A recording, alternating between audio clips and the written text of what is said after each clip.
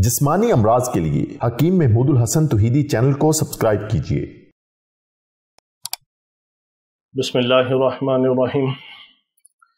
मोहतरम भाई और बहनों, अस्सलाम वालेकुम रहमतुल्लाहि व बरकातुहू। बहुत सारे भाई हमें मैसेज करते हैं कि जी फालिज का, लकवे का, राशे का, हाथ पाँव जो कांपते हैं, लरजते हैं, इस हद तक जो असाबी कमज़ोरी है, इसका इलाज बताएं। आज हम आपको इन अमराज का इलाज बताते हैं। यही हमारा ज़िंदगी का मिशन है कि अल्लाह रब्बुल इज़्ज़त हमें अपने बंदों की हदायत और शिफा का ज़रिया बना दे।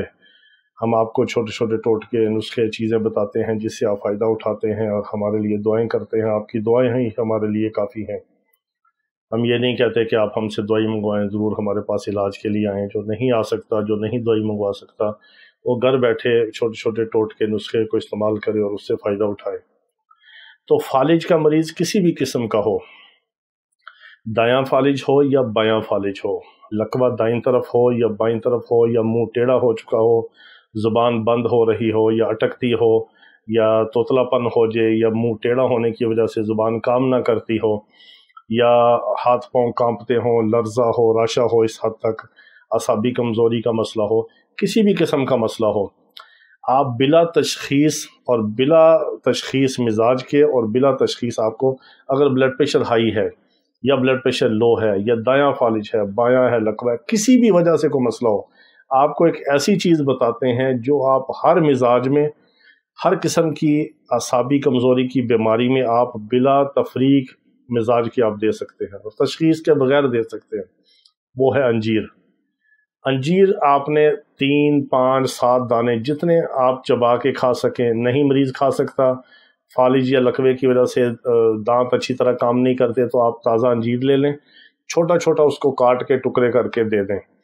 अगर मरीज़ को बीपी लो है या शुगर का मसला नहीं है, तो आप एक और काम भी कर सकते हैं।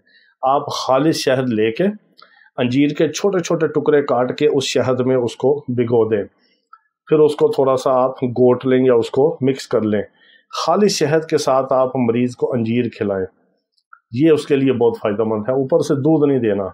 हाँ, अगर ब्लड प्रेशर हाई का मरीज़ है और गर्मी का मौसम है, फिर आप साथ नॉर्मल दूध दे सकते हैं, गर्म नहीं देना। फिर थोड़ा सा अंजीर को शहद के साथ खिला के नॉर्मल दूध दे दें। अगर अंजीर मरीज़ वैसे खुशक खा ले तो सबसे अच्छा है। इसका कोई नुकसान नहीं, कोई साइड इफ़ेक्ट नहीं। इससे अंतड़ियों का लुब्रिकेशन सिस्टम ठीक होगा, अंतड़ियों की खुश्की ख़त्म होगी, आसाब को क़ुव्वत मिलेगी, उज़लात को तहरीक मिलेगी। अगर शरियानों में क्लाट आने की वजह से लकवा या फालिज हुआ है, वो आहिस्ता आहिस्ता क्लाट ख़त्म होगा, ब्लड सर्कुलेशन ठीक होगी, खून पतला होगा। इसका कोई नुकसान नहीं। आप बिला तशख़ीस इसको दे सकते हैं। अंजीर को शहद के साथ देना चाहें, सर्दी का मौसम है दे दें, गर्मी के मौसम में शहद के साथ देना चाहें, दूध दे दें साथ। सिर्फ आप अंजीर देना चाहें वो भी ठीक है। बेहतरीन कमाल की चीज़ है। इससे मरीज़ को बहुत फ़ायदा होगा। इसको आप 2, 3, 4 माह लगातार भी इस्तेमाल करवा सकते हैं, कोई नुकसान नहीं इसका। कम मिकदार में दे दें, 3, 5 दाने दे दें, कुछ नहीं तो 1 दाना ही रोज़ मरीज़ को खिला दें। 6 माह में मरीज़ वैसे ही उठ के बैठ जाएगा। ये बहुत फ़ायदेमंद है। अल्लाह ताला तमाम बीमारों को शिफाए कामिला अजल मुस्तमिला अता फरमाए।